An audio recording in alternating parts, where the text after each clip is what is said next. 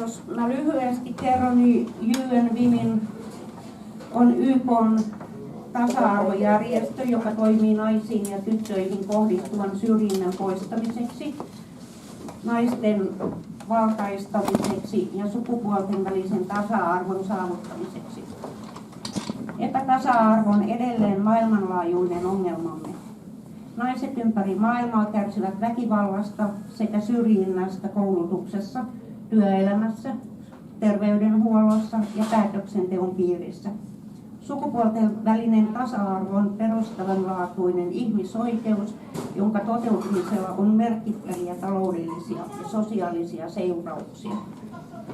Naisten valtaistaminen lisää tuottavuutta ja kasvua ja edistää yhteiskunnan taloudellista hyvinvointia, köyhyyttä, konflikteja ja yhteiskunnallista epäoikeudenmukaisuutta ei saada vähennettyä parantamatta naisten asemaa ja osallistumismahdollisuuksia.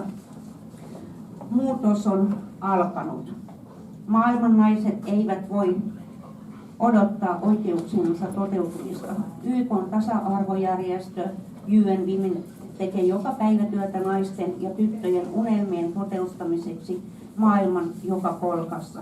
Niin myös me täällä Lounais-Hämeessä, jossa meidän paikallisyhdistys on noin 4. vuosisata sitten 80-luvulla perustettu.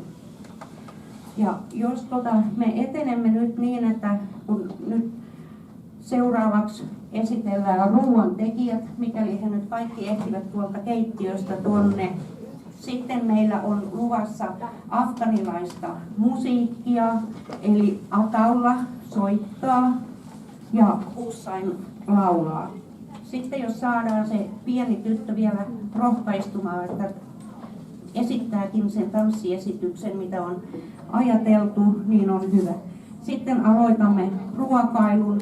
Tähän pöytään tulee noutopöytä ja tuolla on jälkiruoka, kahvit ja kaput ja reseptit löytyy täältä. Kaikki ne tiedätte, mitä ne pitävät sisällään.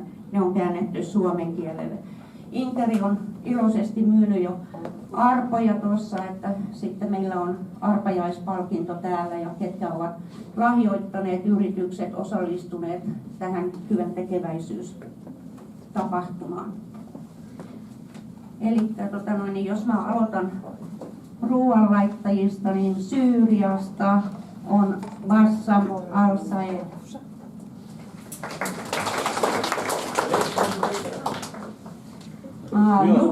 Jugoslaviasta on Lidia Vic.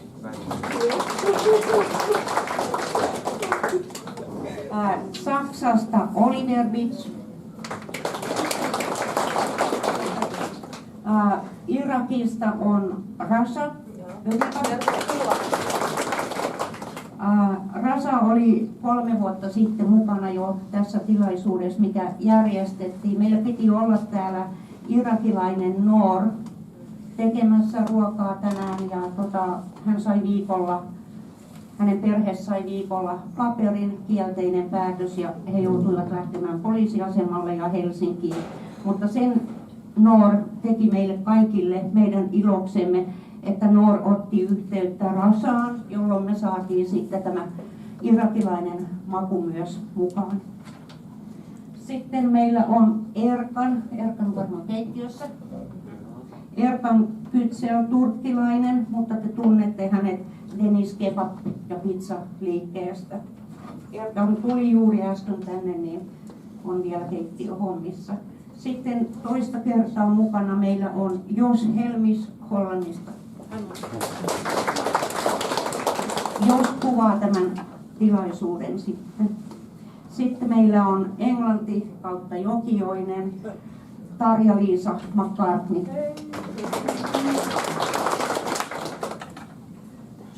Sitten on Hussain Ali Rahimi. Se on kyllä.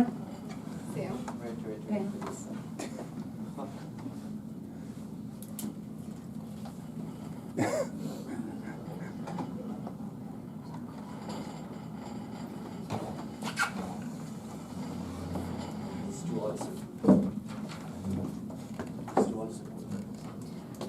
Aha, joo, Hussain halusi laittaa ystävänsä nimet tähän, eli Hussain al-Rahimi Afganistanista. Sitten hänen ruokaansa on osallistunut myös Fatema. Ja sitten on Kobra. Kiitämme tästä tilaisuudesta myös Forssan seurakuntaa, koska tämä tila on käytössämme. Kiitämme Forssan-lehteä, koska saimme pienen alennuksen ilmoitukseemme. Ja kiitämme Jokioisten leipää, jolta on tullut noita leipiä. Ja nyt Ataula ja Hussain, teidän vuoronne, You're welcome.